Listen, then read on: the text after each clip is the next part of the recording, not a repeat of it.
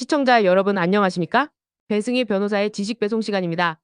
오늘은 중국 전기차 샤오펑의 한국법인 설립 소식을 전해드리겠습니다.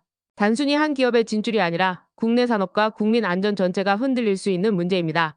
그런데도 이재명 정부는 제대로 된 대응이 없습니다. 이미 BYD, 지커에 이어 중국 주요 전기차 업체 중 세 번째입니다.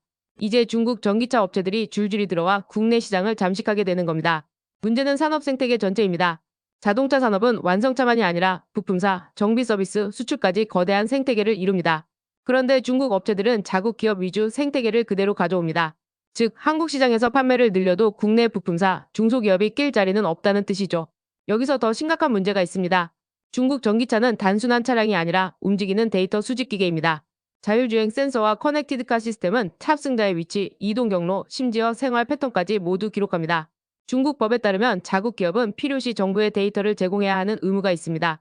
즉, 한국 소비자가 중국 전기차를 타는 순간 개인정보와 주행 데이터가 중국으로 넘어갈 수 있다는 것입니다.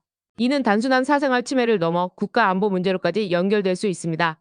문제는 이 심각한 상황에 대해 이재명 정부가 사실상 손 놓고 있다는 것입니다. 중국 전기차 업체들이 한국 시장을 침투하는 동안 이재명 정부는 제대로 된 산업 전략도 보안 대책도 내놓지 못하고 있습니다. 미국과 유럽은 보조금 차별 정책과 데이터 보안 규제로 자국 산업과 국민 정보를 지키고 있습니다. 반면 한국은 중국 업체에게 동일한 혜택을 주고 개인정보 보호 장치도 허술합니다. 국내 기업만 역차별을 당하는 상황이죠. 샤오펑의 한국 진출은 단순히 새로운 차가 들어오는 문제가 아닙니다.